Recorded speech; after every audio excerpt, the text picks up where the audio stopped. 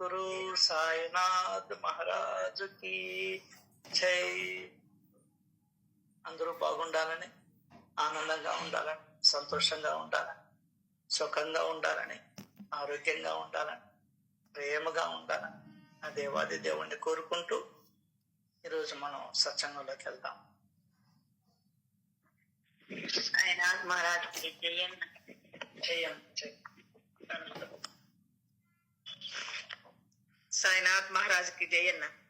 జై జై.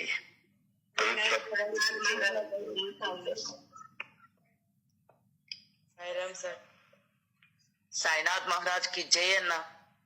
జై జై అమ్మ జై. సాయినాథ్ మహారాజ్ కి జై అన్న. జై అమ్మ. దాస్గన్ మహారాజు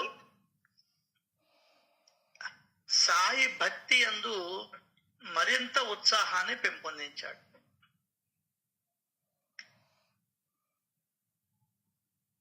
ఆత్మానంద సాగరం వంటి సాయి ప్రేమ రసాన్ని పెంపొందించాడు.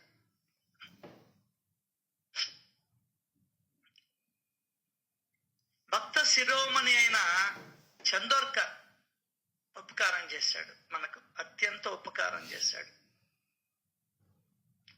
బాబా పట్ల ప్రేమ, భక్తి, ఇష్టం బాగా పెరగడానికి అతడే మూల కారణం. అంతేకాదు దాస్గన్ మహారాజు షిరిడీకి వచ్చేదానికి కూడా కారణం నానాసాహెబ్ చందోర్కరే. అనేక ప్రదేశాలలో దాస్గను హరికీర్తనలు, సాయిబాబా భజనలు చేసేవాడు. పూనా, షోలాపూర్, నగర్, అహ్మద్ నగర్ జిల్లా మొదలైన ప్రాంతాలలో బాబా యొక్క ఖ్యాతి వ్యాపించింది.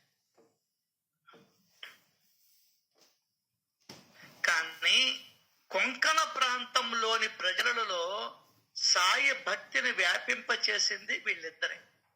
బొంబాయి దాస్గన్ మహారాజు ప్లస్ నానాసాహెబ్ చందోర్కర్, వీరిద్దరి మూలంగానే ముంబై ప్రాంతంలో సాయి భక్తి వ్యాపించింది. వీరి ద్వారా దయామయులైన సాయి ప్రచారము జరిగింది.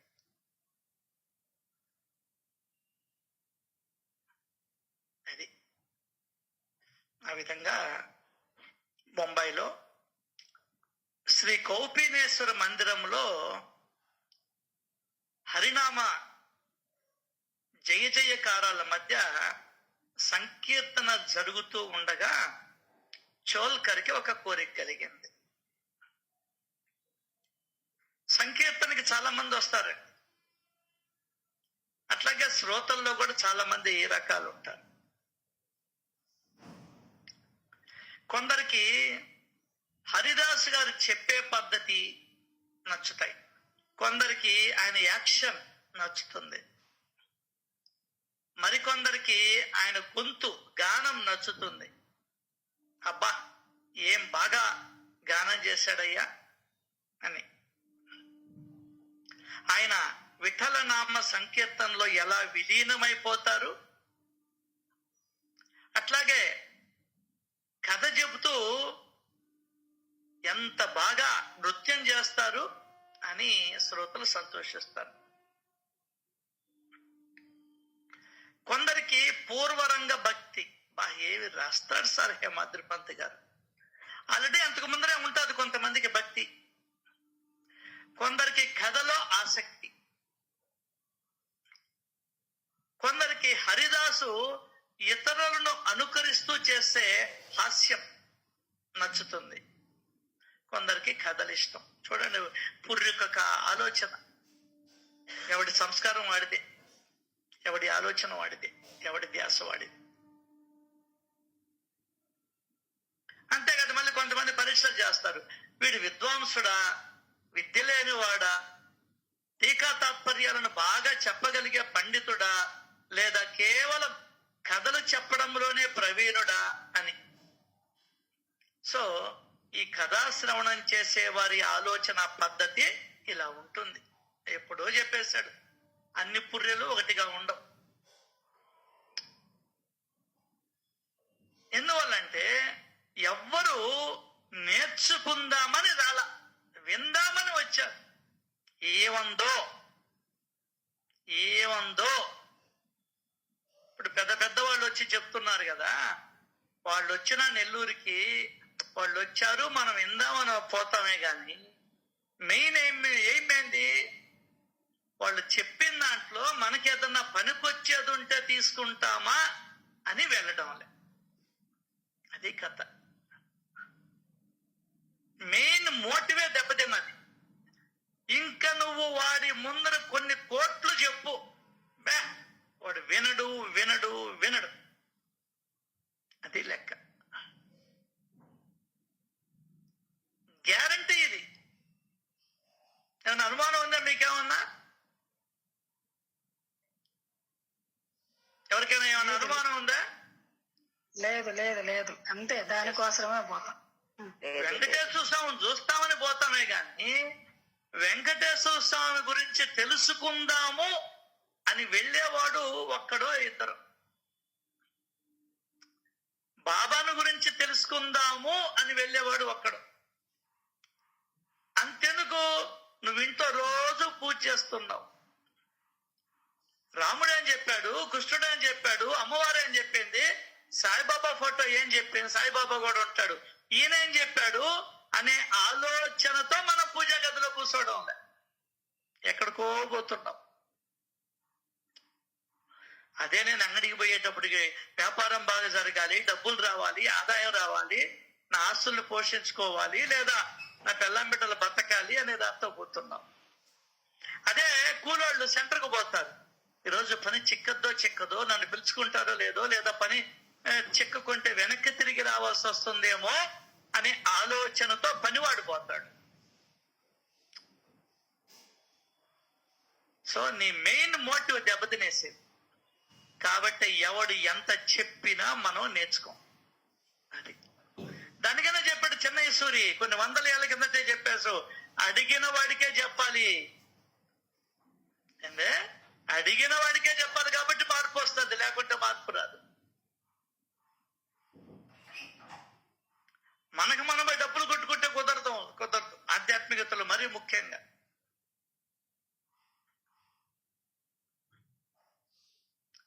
కాబట్టి ఇంతమంది చూడండి, ఎవరు వీళ్ళల్లో ఎట్ట చెప్తాడు ఏం చెప్తాడు అనే గాని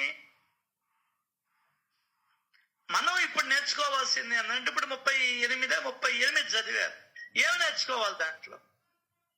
ఏందే నేను ఆలోచిస్తూ వస్తున్నా, మార్కెట్కి పోయాం, చిన్న బజార్కి పోయాం, స్వీట్ కార్న్ రైస్ చెయ్యాలని. 38లో ఏమి నేర్చుకున్నావు నువ్వు? నువ్వేదన్నా పని సంకల్పం చేసుకుంటే ఎవడు నీతో కూడా వచ్చినా రాకపోయినా నువ్వే ఆ పనిని ఒళ్ళు వంచి శ్రద్ధగా పని చేయమని చెప్తుంది సచ్చరిత్ర. నాకు 38 చెప్పింది అది. నీ పని నువ్వు చేసుకుంటూ వెళ్ళు. ఎంతో మంది ఎన్నో రకాలుగా కామెంట్స్ వస్తాయి, అవన్నీ పట్టించుకోబాక. పట్టించుకుంటే నీ సాధన దెబ్బతింటాం. తను చెయ్యాలనుకున్నాడు, తాను చేసి పెట్టాడు. నీకు అనిపిస్తే అట్లా చెయ్యి, లేకుంటే వదిలిపోండి. 38 అది చెప్పింది నాకు. అంత పెద్ద వయసులో ఉండి ఆయన చేసి పెడుతున్నాడు 150 మందికి. దాని తర్వాత ఏందో మీరే ఆలోచించుకోవాలి. నాకు నేర్పించింది నేను చెప్తున్నాను మీతో. నాకు నేర్పించింది నేను చెప్తున్నా. ఇంకొక సీక్రెట్ ఉంది. మా ఇంట్లో మా ఆడవాళ్ళు సహకరించరు. నో, నువ్వు నేర్చుకో. అక్కడ చేసింది మగవాడు, బాబా. నువ్వు కూడా నేర్చుకో. కావాలంటే ట్రైనింగ్ గా ఇద్దరిని చంపు, 3వసారి బాగుంటది. 2 సార్లు ఫెయిల్ అవుద్ది అన్నం కలపడం, 3వసారి సక్సెస్ అవుతావు, 5వసారి సక్సెస్ అవుతావు. చెయ్యి పని. నిజమే మీ ఆవిడికి ఇష్టం లేదు, నువ్వు చెయ్యి. నువ్వు చేయలేవా? బయట అమ్ముతుంటారు, 4 ఇడ్లీలు కొనుక్కోబో. ఆయన క్యాటరింగ్ కార్డు వల్ల ఆర్డర్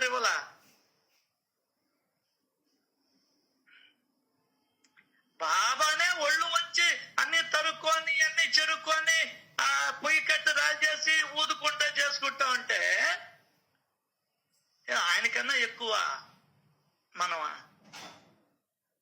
ఆయనకన్నా ఆయన గొప్ప?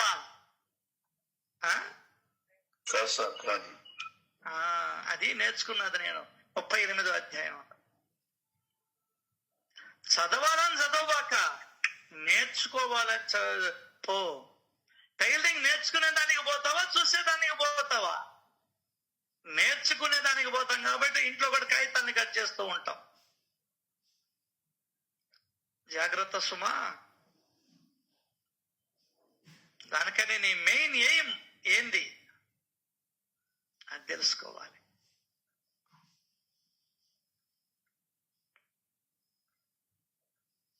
సో కథాశ్రవణం చేసే వారి ఆలోచనలు ఇన్ని రకాలుగా ఉంటాయి అని హేమాద్రి పంత్ గారు చెప్తూ ఉన్నారు. ఈ విధంగా శ్రోతలు అనేక రకాలుగా ఉంటారు. కానీ శ్రవణములో శ్రద్ధాభక్తిని పెంచుకొని పరమేశ్వరుని యందు సత్పురుషుల చరణాల యందు ప్రీతి కలిగి ఉండే శ్రోతలు అరుదు.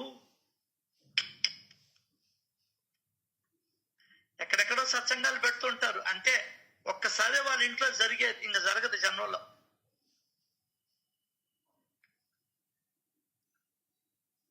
ఎందువల్లంటే శ్రవణము ద్వారా శ్రద్ధని భక్తిని పెంచుకోవాలి.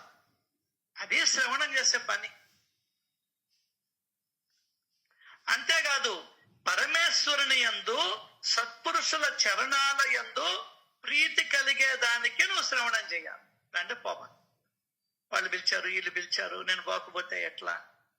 కాబట్టి సత్యనారాయణ స్వామి కథల నుండి మనం ఏమి నేర్చుకోవాలి? సత్యనారాయణ వ్రతాలు 30 ఏళ్ల నుంచి ఉంటావు, పెట్టుకు ఇంటా ఉన్నావు. అదే 32 ఏళ్ల నుంచి మొక్కులు కూడా అట్టే ఉంటాయి. ఇంకా నువ్వెందుకు పోయినట్టు? బాగా అర్థమైపోయింది.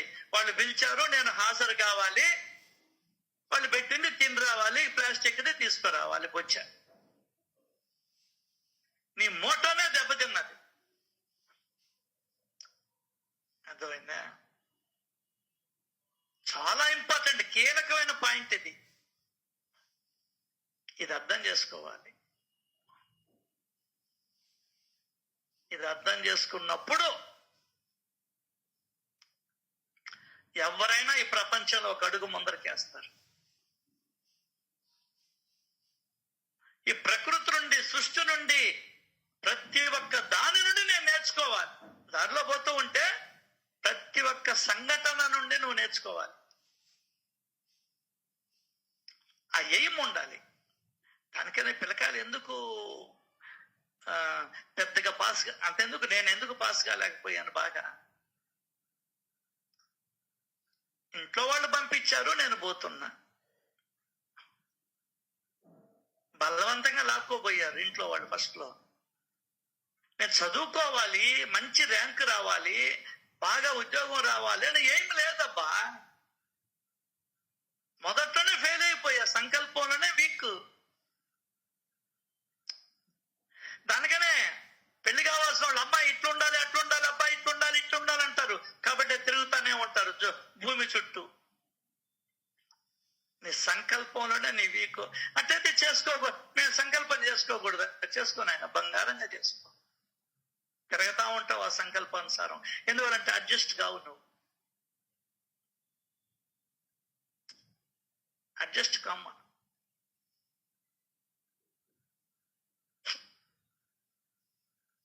కాబట్టి దేనికి వెళ్తున్నావనే ఆలోచన మనిషికి ఉండాలి. దేనికి నువ్వు వచ్చేది ఇక్కడికి? నేర్చుకునేదానికి వస్తున్నావు, మాట్లాడేదానికి కాదు. ఏందే? నేర్చుకునేదానికి వస్తున్నా. మీతో పాటు నేను, నాతో పాటు మీరు.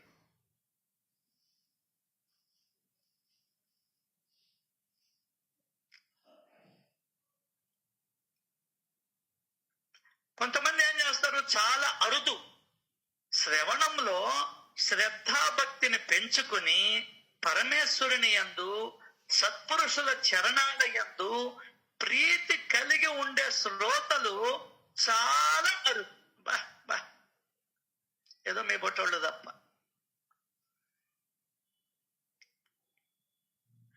మళ్ళీ చెప్తున్నాడు, కేవలం శ్రవణము ద్వారానే భగవంతుడి యందు సత్పురుషుల యందు నీకు ప్రేమ కలుగుతుంది తప్ప వేరే సాధన లేదు అని చెప్తుంది సచ్చరిత్ర. నువ్వు ఈ సాధన తప్ప కొన్ని వందల సాధనలు చేస్తావు, నాకు తెలుసు సంగతి. మళ్ళీ చెప్తున్నాడు, శ్రవణం ఎందుకు చేయాలి? అజ్ఞానం తొలగాల. ఎంతగా శ్రవణం చేసినా అజ్ఞాన పొరలు అలాగే ఉంటే ఆ శ్రవణము వ్యర్థమే గాని దాని వలన ఏం ప్రయోజనం? ఏం మారలా నేను, కానీ పాతికేళ్ళ నుంచి వింటూ ఉంటా. ఎందుకయ్యా నాయన అని చెప్తుంది నాతో సచ్చరిత్ర. ఎంతగా శ్రవణం చేయి, నాలో అజ్ఞానాన్ని తొలగించుకోవాలి అని కూర్చోటే పోద్ది. చూడు, పిల్లవాడికి అమ్మాయికి ఆపరేషన్ చేయించుకోవాలి డాక్టర్ అమ్మ చెప్పేసింది, ఈజీ డెలివరీ కాదు అంటే నువ్వు ప్రిపేర్ అయిపోయినావు, అన్నీ ఎత్తుకొని పోతావు, టైం కూడా చూసుకుంటావు, అలాంటి టైంలో గోయమంటావు. అంటే దేవుడి యొక్క రాతనే నువ్వు మార్చే శక్తిమంతుడు అయ్యావు. బా సరే, నీ ఆత్మతృప్తి, నీ సంతృప్తి, ఎవడిష్టం వాడిది. అక్కడ సంకల్పం ఉంది. ఇక్కడ ఎంతగా శ్రవణం చేసినా అజ్ఞాన పొరలు అలాగే ఉంటే ఆ శ్రవణము వ్యర్థమే గాని దాని వలన ఏం ప్రయోజనం? అనవసరం, టైం వేస్ట్. హాయిగా సినిమా చూసుకో, ఓటీటీలో రోజు 10 విడుదలవుతున్నాయి. మలక్షాళనం చేయలేని దానిని సబ్బు అని అనగలమా? అజ్ఞాన నిరసనం చేయలేని దానిని శ్రవణము అని అందామా? మనమనే ప్రశ్నిస్తున్నాడు. అజ్ఞానం తొలగల, ఇంకా ఏం చెయ్యాలి? సో శ్రవణానికి ఎందుకు వస్తున్నాం? అజ్ఞానము తొలగించుకునేదానికి, కోపతాపాలు తగ్గించుకునేదానికి, లోభాన్ని తగ్గించుకునేదానికి, అందరినీ ప్రేమించేదానికి, ఎవ్వరి గురించి మూడో వ్యక్తి గురించి మాట్లాడకుండా ఉండేదానికి, ఊళ్ళో వాళ్ళ సొమ్ముని కాజేసుకోకుండా ఉండేదానికి, న్యాయంగా నీతిగా బ్రతికేదానికి సత్సంగం. శ్రవణం, నాట్ సత్సంగం, శ్రవణం. అంతేకాదు, జనన మరణ చక్రము నుండి తప్పించుకునేదానికి సచ్చరిత్ర శ్రవణం,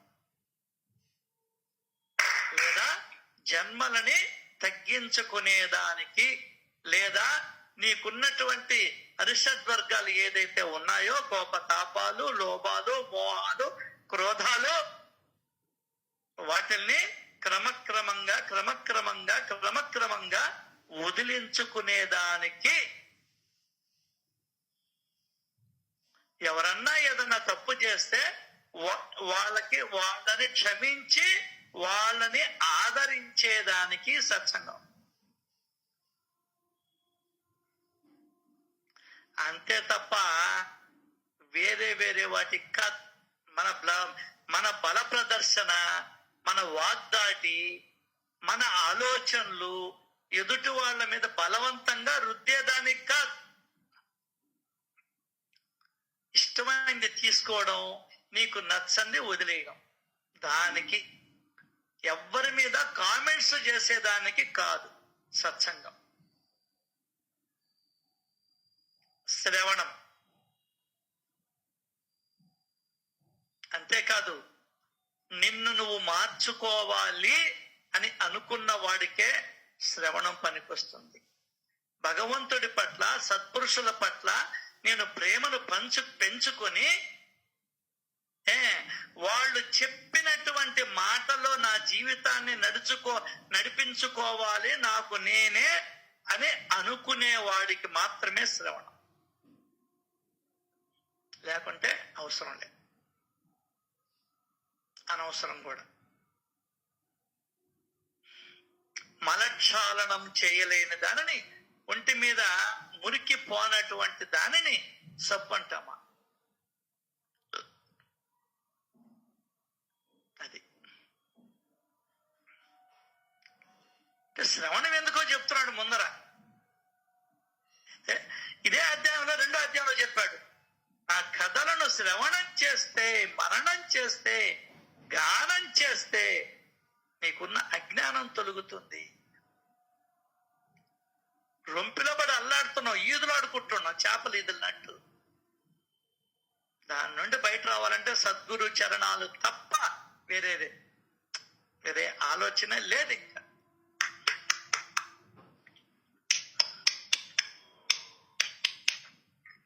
అయిపోయింది. ఈరోజు ఏం వారం? బుధవారం. ఇంకా 4 రోజులు పోతే మళ్ళీ సోమవారం వచ్చేస్తుంది.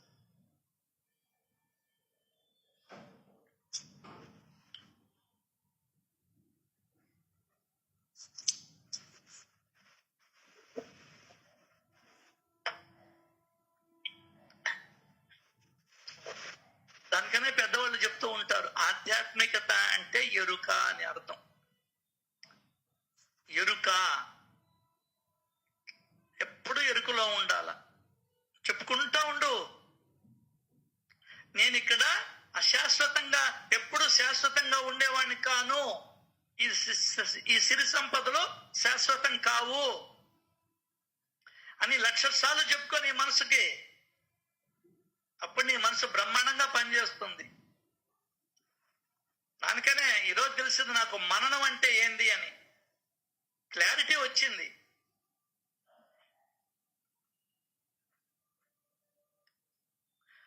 అసలే చోల్కర్ మంచి భక్తి గలవాడు, అది లెక్క. అసలే అంటే మొదటి నుంచి అతను భక్తి ఉంది, అతనికి ప్రేమ ఉంది భగవంతుడి పట్ల. సాయి పైన అతనికి ప్రేమ ఉప్పొంగింది. సాయి దయామయ నన్ను అనుగ్రహించు అని మనసులో వేడుకున్నాడు. పాపం డబ్బు లేని పేదవాడు, కుటుంబ భారాన్ని మోయలేని అసమర్థుడు.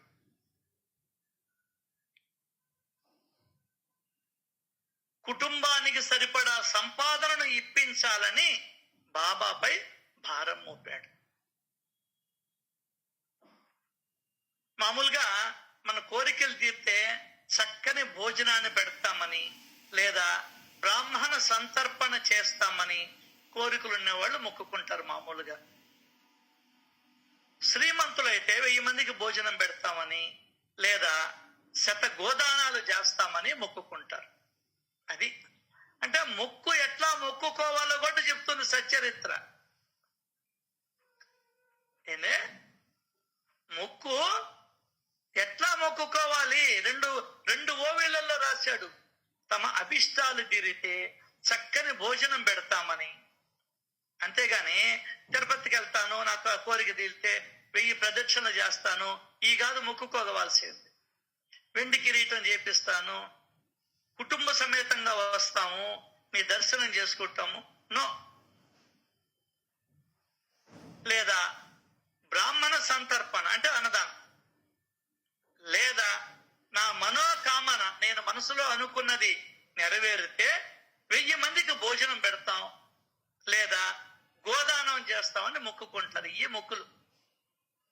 అంతేగాని దునపోతు నరకతాం, ఈ కాదు మొక్కులు. అర్థమైందా? కోడిని బలి ఇస్తాం, అవి కాదు మొక్కులు. ఏం చెప్తుందండి సచ్చరిత్ర? ఏం చెప్తుంది సార్? దానం చేయమని చెప్తుంది, 10 మందికి అన్నం పెట్టమంటుంది నీ కోరిక తీరితే. అర్థమైందా? సరే, మనోడు చూస్తేనా అసలే భక్తుడు, అసలే పేదవాడు. మొక్కుకోవాలని అనిపించింది. కానీ ఏం చెయ్యాలి? దీనంగా వేడుకున్నాడు, బాబా నాది పేద సంసారం, ఉద్యోగం పైనే ఆధారపడ్డాం. ఉద్యోగం ఖాయం కావాలంటే పరీక్ష ఉత్తీర్ణుని కావాలి. నా జీవితం వ్యాపారం మీద, ఇతరత్ర వాటి మీద, మా తల్లిదండ్రులు సంపాదించిన ఆస్తుల మీద ఆధారపడి లేదు. కేవలం జీవితం ఉద్యోగం పైనే ఆధారపడి ఉంది. శ్రమపడి పరీక్షకు తయారయ్యా. ఉద్యోగం ఖాయం కావాలంటే పరీక్షలో పాస్ అవ్వాలి, లేకపోతే ఉండే ఉద్యోగం కూడా ఊడిపోతుంది. మీ కృపతో పరీక్ష ఉత్తీర్ణుడనైతే మీ పాదాల వద్ద హాజరై, చూడలేదు బాబా, చూడాలనిపిస్తుంది నేను, అయితే నేను పరీక్ష పాస్ కావాలి. మీ పేర పటిక బెల్లాన్ని పంచిపెడతాను, ఇది నా దృఢ నిశ్చయం అని మొక్కుకున్నాడు. అక్కడికి వచ్చినా కూడా నలుగురికి ఏదో ఒకటి పంచడమే, అది శనగపప్పు గాని బెల్లం ముక్క గాని ఏదైనా గాని.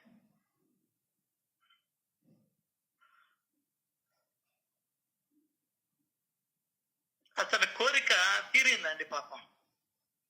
చాలా చాలా సంతోషపడ్డాడు. ఇంకా ఏంది నెక్స్ట్ స్టెప్ ఏంది? ఏం ఆలోచించాడు? మొక్కు తీరాలి. That is the character of the Cholka. తన ఆలోచనలో పడ్డాడు. మనం మన పని అయిపోతే చాలా అన్ని వదిలేస్తాం.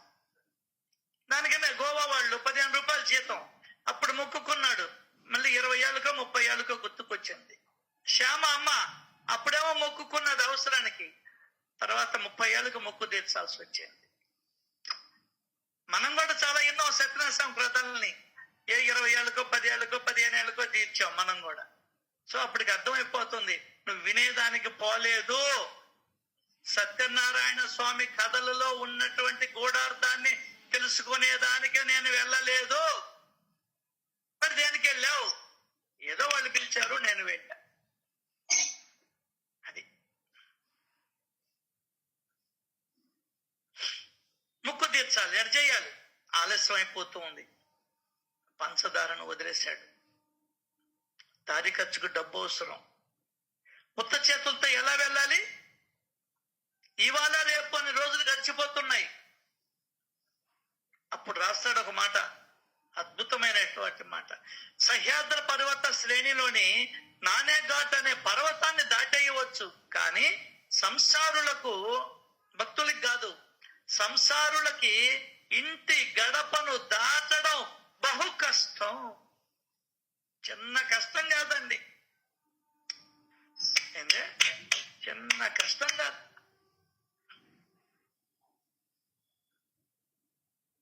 ఎక్కడున్నా 4వ గంట, 1వ తారీఖు 5వ గంటకల్లా ఇంట్లో ఉంటాం. అప్పుడు ఏ కష్టాలు ఉండవు. ఒక దేవుడి దగ్గరికి పోవాలన్నా, ఒక వ్రతానికి నోములకి పోవాలన్నా,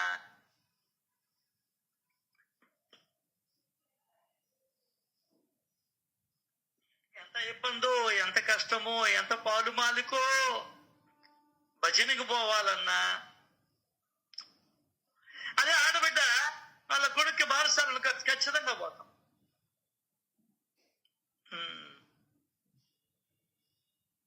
అందుకనే సంసారులు అన్నాడు. సంసారములో ఉండేవాడికి ఆ సంసారంతోనే జీవితం తెల్లారిపోతుంది. ఏలా సంపాదించడం, ఇంట్లో ఇవ్వడం, సంపాదించడం, ఇంట్లో ఇవ్వడం, సంపాదించడం, ఇంట్లో ఇవ్వడం. బా, మగవాడి జీవితం అంత నరకం ఇంకొకటి లేదండి. ఇది అందులో లోభం గల్లవాడు ఉంటేనా అసలు వాడు వెళ్ళిపోవచ్చు, అనవసరం బతికి కూడా. ఈ విషయం తెలిసినోడైతే పరుగులు తీయడం అంతే, ఇంకేం లే. కల్లారి గట్ట పరుగులు తీయడం.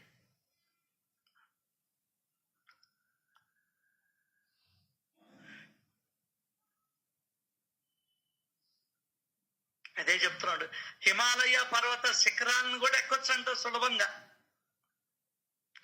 కానీ సంసారులు మాత్రం ఇంటి గడపను దాటడం బహు కష్టం. ఆర్థిక ఇబ్బందులు ఒకటి, డబ్బులున్నా కూడా మనసు లేకపోవడం ఒకటి, ఏముందిలేబ్బా అక్కడ చూసేదనే ఆలోచన ఒకటి.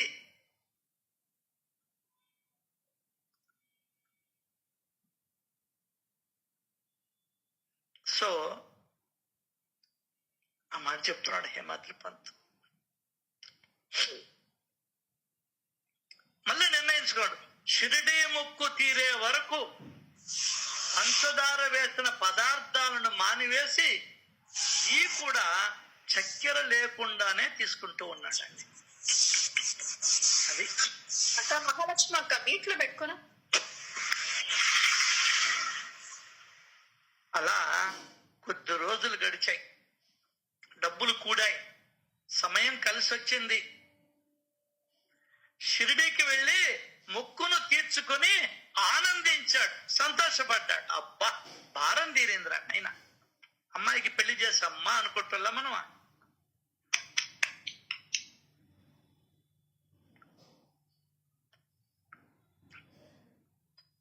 పిచ్చోళ్ళు అనుకుంటాం గానే అప్పటి నుండే నీకు ఎక్కువ బాధ్యత పెరగద్ది. కూతురుతో పాటు అల్లుడు వస్తాడు ఇంటికి. కూతురు ఏమన్నా తింటాడు, అల్లుడు ఏమంటే తిండు. ఆయనకి చాలా రుచులు కావాలా, అర్థం కాలా? ఆయన ఇంట్లో ఎట్టున్నా ఇక్కడ మురళీకృష్ణ భోజనం కావాలా, స్వీట్స్ కావాలా. ఎందువల్లంటే తేరకొచ్చేది కదా. ఆయనకి ఇల్లులు పనికిరావు, సపరేట్ గా లాడ్జీల్లో ఉండాలా, అర్థం కాల. ఇట్లా ఉంటాయి. అంతేకాదు వాళ్ళమ్మ వాళ్ళు నాయనలు వస్తారు, వాళ్ళకి బుడతలు పుడతారు, వాళ్ళని మీద వదిలేసిపోతారు. అర్థమైందా? నువ్వు ఎంత ఇబ్బందులైనా ఉండు, అల్లుడు భోజనానికి వస్తే నువ్వు ఖచ్చితంగా మిక్చరు పకోడను ఆనియన్ పకోడను ఆయనకి ఇష్టమైన దేవాల. ఆయనకు ఒక్కడికేది పెడితే బాగుండదు. 50 గ్రాములు ఆయనకి చాలు.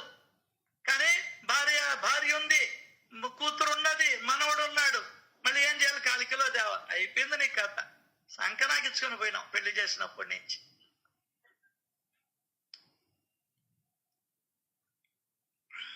ఆయన ఎప్పుడు వచ్చినా నువ్వు బాగలేకపోయినా లేచి కూర్చోవాలా, ముక్కతా మూలకతా చెయ్యాలా.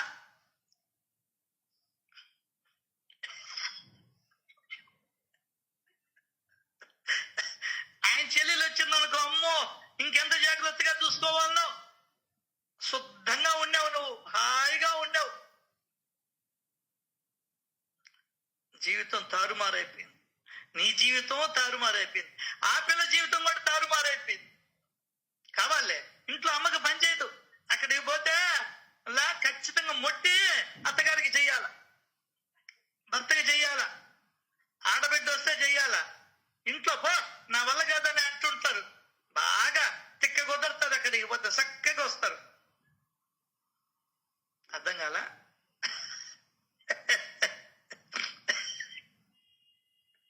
నువ్వేదో భారం మీదంటే నిద్రపోతావు హాయిగా కళ్ళు మూసుకొని. పక్క రోజు ఉంటుంది, తొత్తరు తీరుతుంది ఒక్కొక్కరికి. అయితే కూడా వీటన్నిటినీ మనం విసుగు విరామం లేకుండా ఆనందంగా అనుభవిస్తాం. బా ఎందువల్లంటే ఇక్కడ ఒక్క ఇష్టము అనేది ఉంది. ఏముంది? నా అనేది ఉంది. చూసా? నా సత్సంగం అని అనుకున్నా ఎప్పుడైనా? అబ్బా అనుకోలే.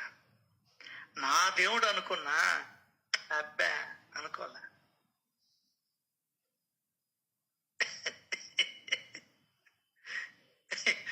అది కథ. సో ఆనందపడ్డాడండి.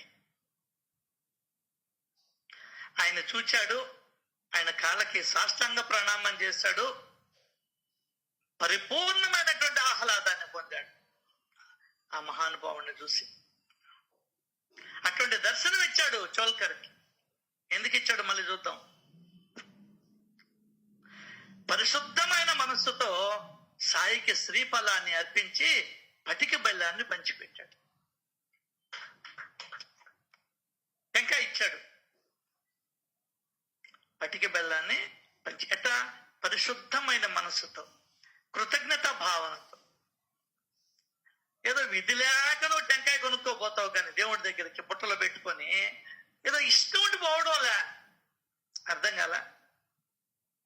ఇష్టం ఉండి చేయడం లే. అదే నీ మనవడికి మనవరాలకైతే ఇష్టంగా చేస్తావు. కూతురు నిద్రపోతుంటే అటు తిరిగి పడుకో, నేను ఎత్తేస్తా ఎన్ని అని చెప్పిన వాడు ఏరిగిందంతా తీసి పెడతా. ఇష్టంగా పోయావా ఎప్పుడైనా? ఏ పనికైనా ఆలోచించు ఒకసారి. వ్యాపారానికి ఉద్యోగానికి తప్ప ఇష్టంగా చేశా? ఏమండి, మనం అందరం చేస్తున్నాం ఇంట్లో పనులు, కానీ విధి లేక చెయ్యడం వేరు, ఇష్టంగా చేయడం.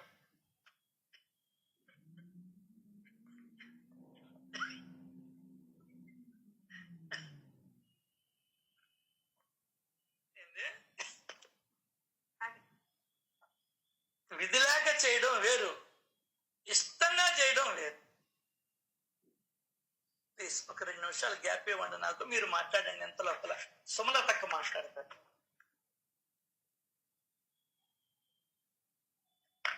అన్నా,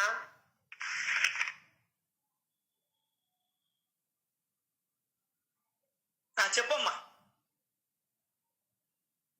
నిజమన్నా మీరు చెప్పినట్లు ఇష్టంగా చేయడం అనేది కొన్ని మనసుకు హత్తుకునేస్తే అది ఇష్టంగా చేయగలుగుతామన్నా. కొన్ని పనులు ఇష్టం లేకపోతే ఎట్లా చేసేది అని చాలా కష్టం అనిపిస్తుంది.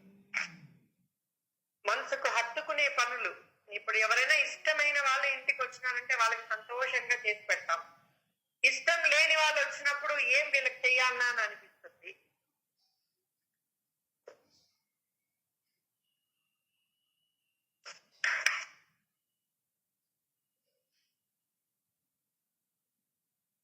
ఇంకా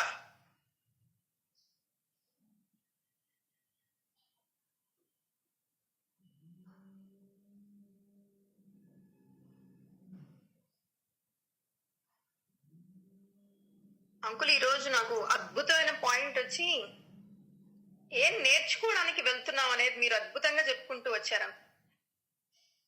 ఒక వ్రతానికి వెళ్తున్నాము, లేకుంటే ఒక గుడికి వెళ్తున్నావు, కనీసం పూజ రూమ్ లో పూజ చేయడానికి వెళ్తున్నావు అన్నా కూడా అక్కడ ఏం తెలుసుకోవడానికి నువ్వు వెళ్తున్నావు అనేది చాలా బాగా చెప్పారు. ఒక టైలరింగ్ నేర్చుకోవడానికి వెళ్తున్నావు, అక్కడ నువ్వు నేర్చుకోవాలి అని మోటివ్ తో వెళ్తున్నావు. ఇంటికి వచ్చాక కూడా మళ్ళీ అక్కడ ప్రాక్టీస్ ఉంటుంది. లేకుంటే ఒక కిరాణా కొట్టుకో, ఏదైనా ఏది కొనడానికి వెళ్ళినా కూడా ఒక క్లారిటీతో వెళ్తున్నాం అక్కడికి, నాకు ఇది కావాలి అని చెప్పి. కానీ ఒక భగవంతుడి దగ్గర మాత్రము ఏదో ఏదో విందాము, ఏదో చూద్దామనో, అదో ఎంతో మంది గురించి చెప్పారు చూడండి. అంటే వినేవాళ్ళు ఎట్లా ఉంటారు, వాళ్ళ ఆలోచనలు ఎట్లా ఉంటాయి అని చెప్పి ఏం నేర్చుకోవాలనే మోటివ్ తో నేను వెళ్ళట్లా. కాబట్టి నేనేం పొందలేకున్నానని బాగా క్లారిటీగా అర్థమైంది. అదే మీరు ఇంకా శ్రవణం గురించి కూడా చెప్పారు. నువ్వు అసలు శ్రవణానికి వచ్చిన తర్వాత నీ మనసు అదే సోప్ తో పోల్చి చెప్పారు అక్కడ. ఆ మురికి పోవడానికి ఇంకా సబ్బు వాడటం దేనికి అసలు? అట్లా శ్రవణానికి వచ్చిన తర్వాత ఏ మార్పు లేకుంటే ఇంకెందుకు రావడం? నేను నాలో అరిషడ్ వర్గాలు తగ్గాయా? కోపం తగ్గిందా? లోభం తగ్గిందా? మూడో వ్యక్తి గురించి మాట్లాడకుండా ఉండడం అనేది తగ్గిందా? లోభం అనేది వదులుతూ ఉందా? ఇంకా అట్లానే ఉందా? పరిశీలించుకుంటే అసలు నువ్వు ఇవన్నీ ముందు ఈ జనన మరణ చక్రం నుంచి నువ్వు అసలు బయటపడాలి అని చెప్పి అనుకుంటున్నావా? లేకుంటే దీంట్లోనే మళ్ళీ తిరగాలి అని చెప్పి అనుకుంటున్నావా? ఇవన్నీ ముందు అసలు మోటివ్ తో ముందు నువ్వు వస్తున్నావా లేదా? లేకుంటే ఊరికే సత్కాలక్షేపానికి అట్లా టైం పాస్ కోసం నేను వస్తున్నానా లేదా? ఈరోజు బాగా నాకు ఈ పాయింట్ బాగా అర్థమైంది అంకుల్. చాలా బాగా అనిపించింది.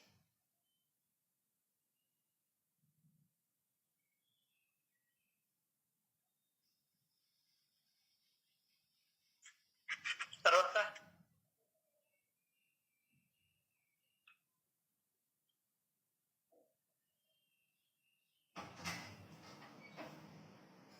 ఇప్పుడే చెప్పారు, నా ఎక్కడైతే నువ్వు అనుకుంటావో నీకు అక్కడ అదే అల్లుడు గురించి చెప్పారు చూడండి.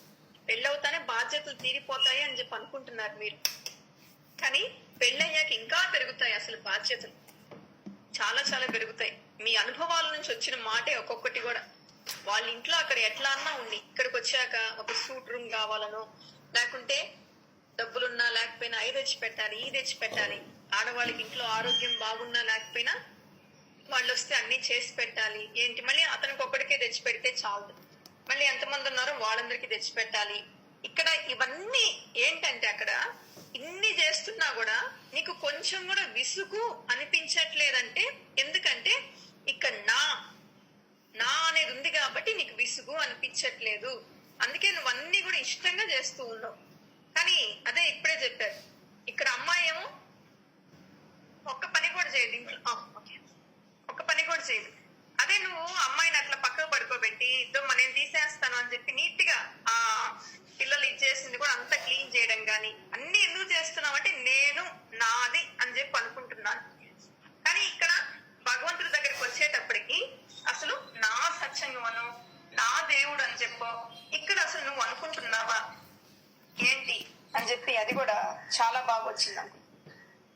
తర్వాత మళ్ళీ ఈ రోజు ఇంకొకటి కూడా చెప్పారు, ఆధ్యాత్మికత అంటేనే అసలు ఎరుకలో ఉండడం. ముందు అసలు ఏం చేస్తున్నా కూడా ఇంత విసుగు పడుతున్నా కూడా విసుగు అనిపించట్లేదంటే ఈ నా అక్కడ కూడా నేను ఈ జనన మరణ చక్రం నుంచి బయటపడాలా లేదా అవన్నీ చాలా ఉంటాయి అన్నది భలే వివరంగా చెప్పారు సార్.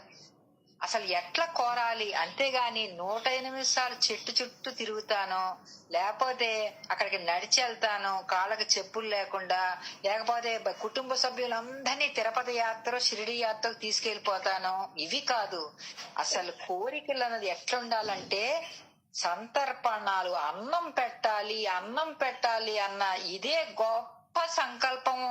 మన అది ఏదైనా తీరినప్పుడు ఇమ్మీడియట్ గా చేసేది నాకు కాదు సార్, చెయ్యక ముందులే చేయటం చాలా గొప్పది అనిపిస్తుంది సార్. అంటే బాబా చేసినాక నమ్మి చేయటం కాదు, బిఫోర్ ఇట్ సెల్ఫ్ అన్నది నాకు భలే నచ్చింది సార్. నిజంగా అన్నం పెట్టగలటం, అంతేగాని పాపం అభం శుభం తెలియని ఆ మేకపోతుని బలించడం, దాన్ని నరికేయటము ఇది కాదు అని చక్కగా చెప్తున్న సత్య ఈ యొక్క అధ్యాయం సార్. నిజ ఎలా కోరుకోవాలి, ఆ కోరికలు ఎలా ఉండాలి, దాన్ని ఎంత చక్కగా చెయ్యాలి, మనస్ఫూర్తిగా చెయ్యాలి. ఒక కొబ్బరికాయ కొంటే అక్కడ 35 రూపాయలు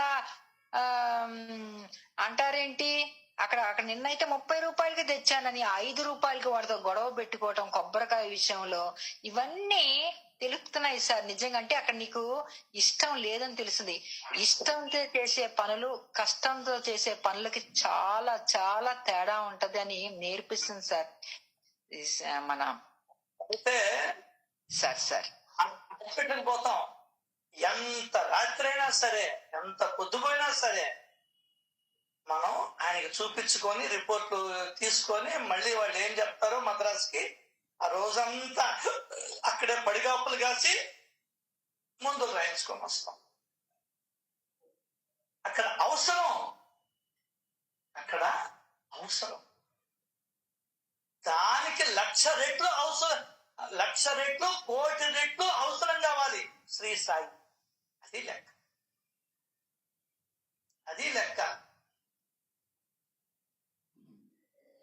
వాటికి 1,00,00,000 రెట్లు అవసరం కావాలి శ్రీ సాయి. అప్పుడే నాన్న 3 రోజులే నాన్న మనం అందరం కలిసి ఉండేది. అయ్యల్లారా, అమ్మల్లారా, తల్లుల్లారా, బిడ్డల్లారా, మనం ఓరమండి ఇంకొక 10 ఏళ్ళు 5 ఏళ్ళు కలిసి ఉంటామమ్మా. తర్వాత ఒక్కొక్కరు రాలిపోతా ఉంటారు.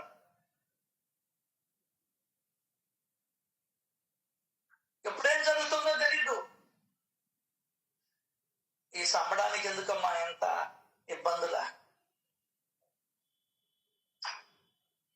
దానికనే తత్వము తెలియక పరిణితి చెందక ఏదేందో అనుకుంటూ ఉంటాం. దానికనే ఒక 1 గంట సేపు కూర్చొని కేటాయించుకో. నీకు నువ్వు అమ్మ చెప్పిందమ్మా, ఏంది నా పరిస్థితి, ఈరోజు ఏం చేస్తాను నేను, 1 గంట సేపు నీకు నువ్వు కేటాయించలేకున్నావంటే నీ జీవితం మీద నీకు ఎంత శ్రద్ధ ఉందో నీకు అర్థమైపోతుంది. నువ్వు ఆలోచించు చూడబ్బా, ఒక 21 రోజు 20 నిమిషాలు నువ్వు కేటాయించు నీ కోసం. ఉదయమా, మధ్యాహ్నమా, రాత్రి నీ ఇష్టం. నేనేం చేసుకున్నాను, ఏం చేసుకోవాలి ఆలోచిస్తే లేచి పరిగిస్తావు.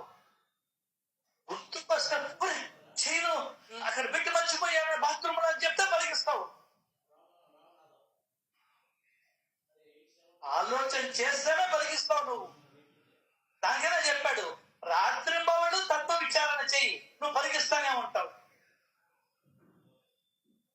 20 నిమిషాలు నాన్న, ఎక్కువసేపు వద్దు.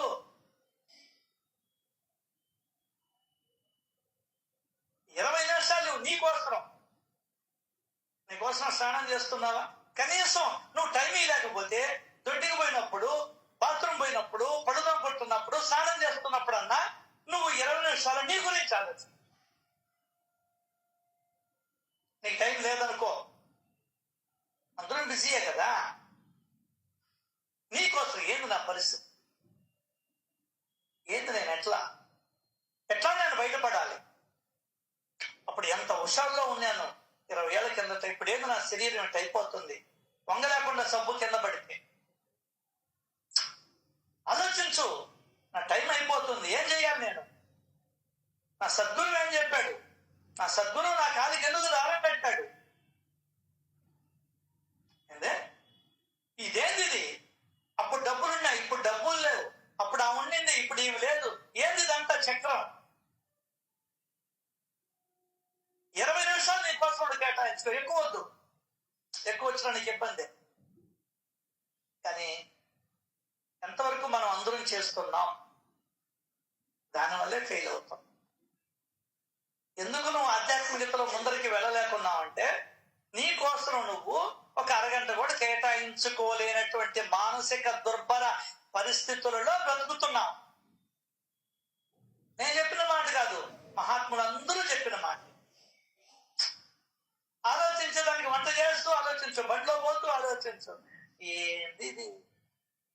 మార్కెట్కి పోయా, 35 ఏళ్ల నుంచి ఎండనక వాననక ఆ డొక్కు సైకిల్ వేసుకొని నేలల్లో మోకాళ్ళలోతు పైన సంచి సైకిల్ మునిగిపోయే నేలల్లో కూడా నెట్టుకుంటూ వచ్చానే, తోసుకుంటూ వచ్చానే. పక్కనే నా కారు పోతా ఉంది, ఎవరు కారు వేసుకొని జల్సగా సిమెంట్ దాకా పోతున్నాడే. ఏంది అన్నీ కూడా అని ఆలోచించు. ఏది నా పరిస్థితి?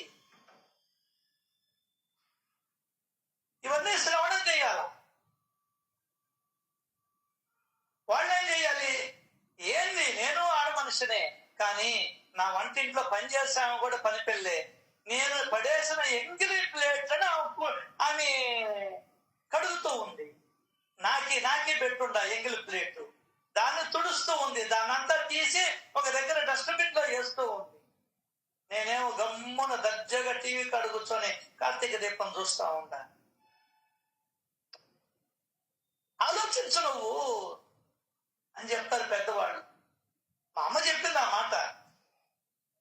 ఆలోచిస్తేనే నువ్వు అడుగు వేయగలవు, లేకుంటే నువ్వు అడుగు వేయలేవు. లేకపోతే చేయకపోతే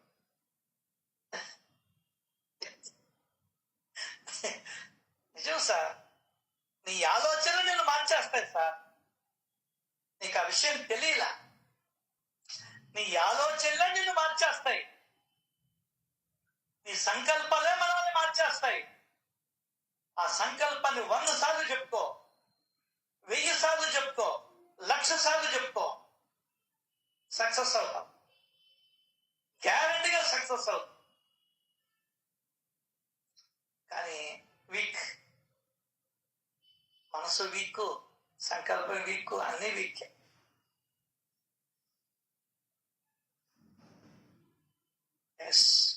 నువ్వు ఏదనుకుంటే అది అయిపోతుంది. బాబా ఎవరు ఏది కోరుకుంటే అది ఇస్తానని ఆయన ప్రతిజ్ఞ పూన్నాడు. వెళ్ళు, ఇప్పుడే కాపాడమన్నాడు, కాపాడేశాడు. దీననాదా, అనాథనాదా అని ఏడ్చాడు.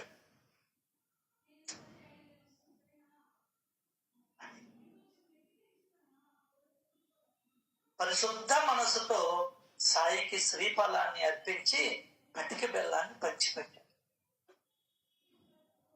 అబ్బా, ఈరోజు నా సకల కోరికలు తీరి సఫలున్నయ్యాను అని అన్నాను. ఎస్, సకల కోరికలు ఎక్కడ తీరాయి? ఉద్యోగం వస్తే చాలు. అంటే తృప్తి పడే నేచర్. ఎందువల్లంటే ఫస్ట్ లో చెప్తాడు, అసలే చోల్కర్ మంచి భక్తి కలవు. మంచి భక్తి అన్నాడు.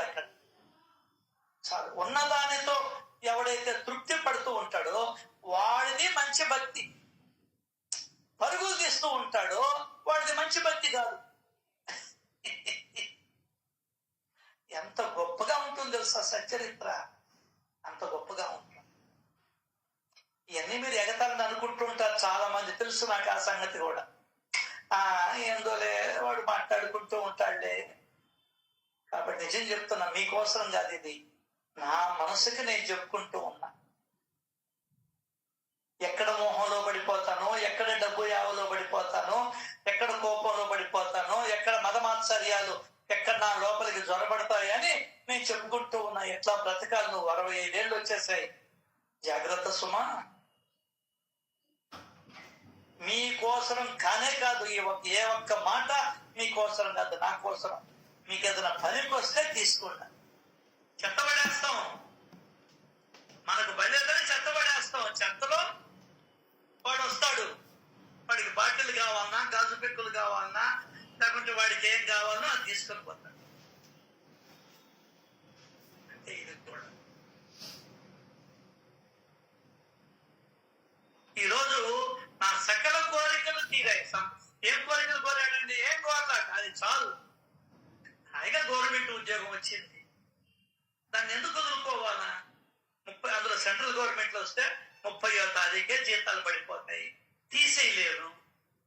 అంటే గవర్నమెంట్ ఉద్యోగుల్ని తీసేయలేరు. ఇది ఒక పెద్ద మన భారతదేశంలో ఉన్నటువంటి నష్టం. ఎందుకలే, చాలా ఎన్ని చెప్పుకుంటే చాలా ఉన్నాయి.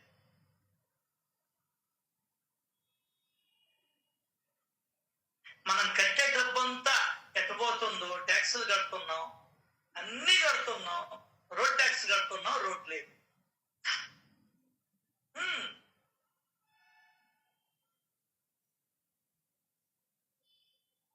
ఇవన్నీ కూడా మనం పరిశీలన చేసుకోవాలి. సాయి దర్శనముతో ఆనందించి వారితో మాట్లాడి సంతోషపడ్డాడు. చోల్కరు జోగు వద్ద అతిథిగా ఉంది. జోగుకి బంధువు చోల్కర్ కాబట్టి వారి ఇంట్లో దిగాడు, అతిథిగా ఉన్నాడు. సరే అయిపోయింది, వచ్చిన పని అయిపోయింది. ఇంకేం చేశాడు? జోగు వద్దకు వెళ్ళడానికి సిద్ధం.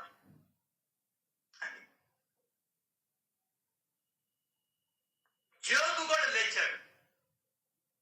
జోగు లేవగానే అతడు కూడా జోగుతో కలిసి పోయింది.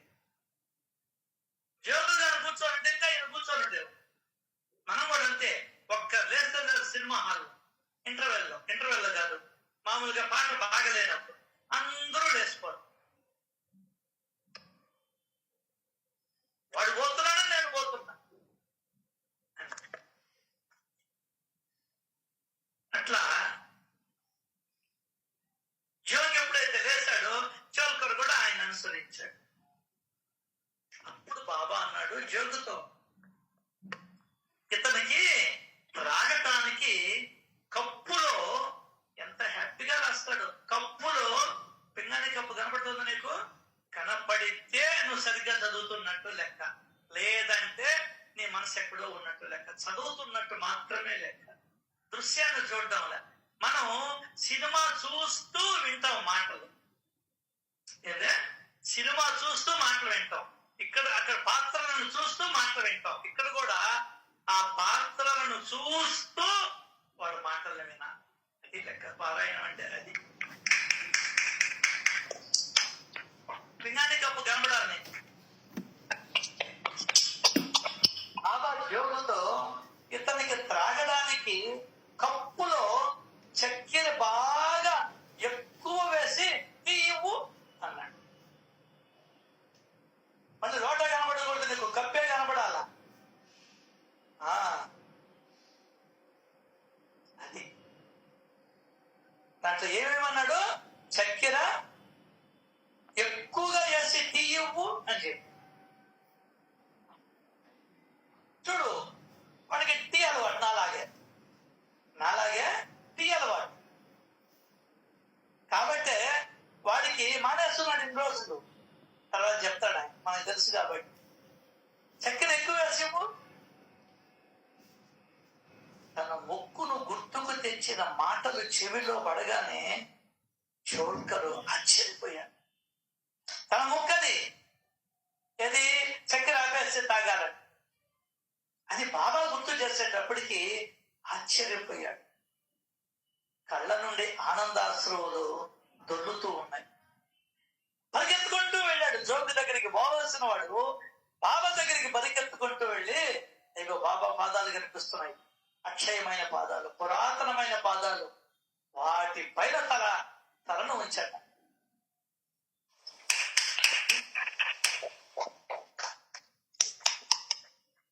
నువ్వు చోకర్ అయిపోవాలా, అలా బాబా పాదాలు నీకు కనబడుతూ ఉండాలి, అలా నీ తల ఉంచేయాలి.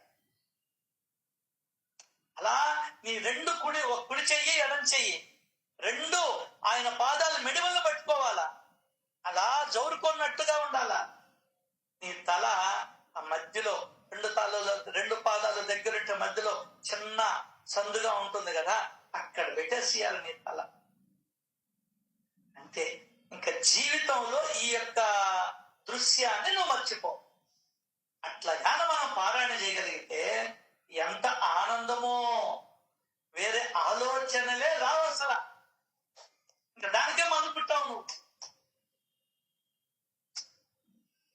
కాకపోతే మనం గబ చదివేస్తాం. సరే ఏది లేదు దానికి అదే నా మేలే కదా, గుడ్డిలో మేల. ఇప్పుడు దాకా ఇటు బాగున్నాడు ఏంటి, కళ్ళనీళ్ళు కారుతున్నాయి ఏంటి, ఆ బాబా ఎందుకు ఆ మాట అన్నాడు అని వింతగా అనిపించింది మన జోగు.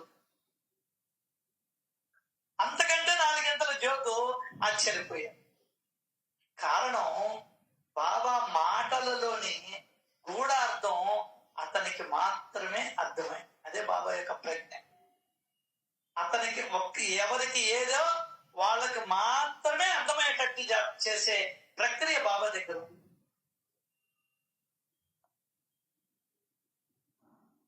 బాబాకి అసలు టీ అంటేనే తెలియదు.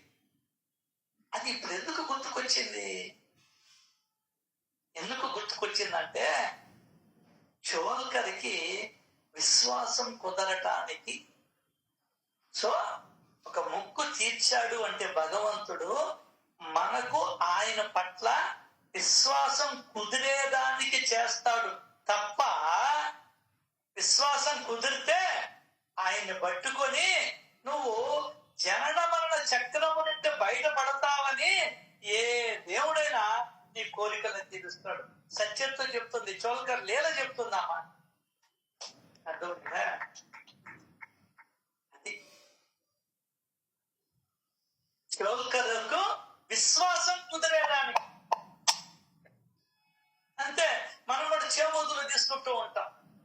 ఒకసారి 10 సార్లు తీసుకుంటూ ఉంటే 11వ లేదంటే ఇచ్చేసామని కూడా చెప్తారు. ఉండాలి అటువంటి మహానుభావులు కూడా. చోల్కర్కి విశ్వాసం కుదిరేదానికి బాబా నోరు గడపాల్సి వచ్చింది. ఎంత కష్టపడుతున్నాడో మన కోసం.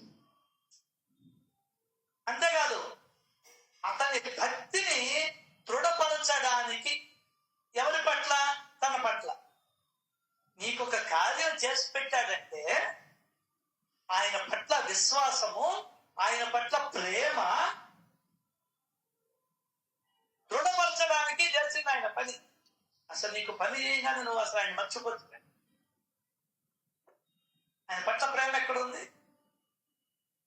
ఏదో ఎప్పుడో నలుగురితో అన్నప్పుడు ఏదో దలుచుకుంటాం, కానీ ఇంట్లో వాళ్ళ మీద మాత్రం ఎక్కువ ప్రేమను చూపిస్తాం. అప్పుడు చెప్పాడండి బాబా, చోల్కర్ బాగా గ్రహించేలా బాబా అతనితో స్పష్టంగా, ఎట్లా స్పష్టంగా, చోల్కర్ నువ్వు అనుకున్న బటికి బెల్లం అందింది, నీ త్యాగ నియమం కూడా పూర్తయి. ముక్కును త్వరగా తీర్చలేక చక్కెరను మాని ప్రాయశ్చిత్తం చేసుకున్నావు. దీనిని నీవు రహస్యంగా దాచినా నాకు సమస్తము తెలిసింది. మీరెవరైనా ఎక్కడైనా సరే ఉండండి, భక్తి భావంతో నా వైపు మళ్ళితే నేను మీ భక్తి శ్రద్ధలను అనుసరించి రాత్రింబవళ్ళు మీ వద్దనే ఉంటా. నా ఈ శరీరం ఇక్కడ ఉన్న మీరు సప్త సముద్రములకు అవతల ఏం చేస్తున్నా నాకు తక్షణం తెలిసిపోతుంది.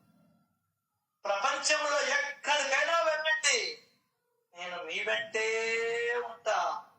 మీ హృదయంలోనే నా నివాసం. నేను మీ అంతర్యామిని. నేను మీ అంతర్యామిని. మీ హృదయంలో ఉన్న నన్ను మీరు నిత్యం ఆరాధించండి. అంతేకాదు సర్వ జీవులలో అంతర్యామిగా ఉన్నది నేనే. ఇంట్లో గాని, వాకిట్లో గాని, లేదా దారిలో గాని, ఆయా స్థలాలలో ఎవరు మీకు కలిసినా నేనే ఉన్నాను. నేనే వాళ్ళలో తిష్ట వేసుకుని ఉన్నాను. చీమలు, క్రిములు, జలచరాలు, ఆకాశాన ఎగురే పక్షులు, శ్వాన శోకలాలు మొదలగు ప్రాణులన్నింటిలోనూ సర్వత్రా నేనే నిరంతరంగా నిండి ఉన్నాను. నన్ను వేరుగా భావించకండి. మీకు నాకు ఏమాత్రం భేదం లేదు. ఇలా నన్ను తెలుసుకున్న వారు గొప్ప భాగ్యవంతులు. ఈ మాటలు మామూలుగా కనిపించిన ఇవి ఉత్తమోత్తమైనటువంటి జ్ఞానాన్ని కలగజేసేవి. సత్యత నీకేమిస్తుంది? జ్ఞానాన్ని ఇస్తుంది. ఆ విధంగా బాబా ఎంతో ప్రేమతో సోల్కర్ యొక్క భక్తిని స్థిరపరిచారు. అలా అతని అంతరంగంలో ఉన్నదంతా బాబా అలా తెలియజేసి అతనికి గొప్ప అనుభవాన్ని కలుగు చేశారు. ఈ ఓవిల్ గురించి రేపు వచ్చే సత్సంగంలో వివరంగా తెలుసుకునే ప్రయత్నం చేద్దాం. శ్రీ సచ్చిదానంద సమర్థ సద్గురు సాయినాథ్ మహారాజ్ కి జై జై. Thank you Baba.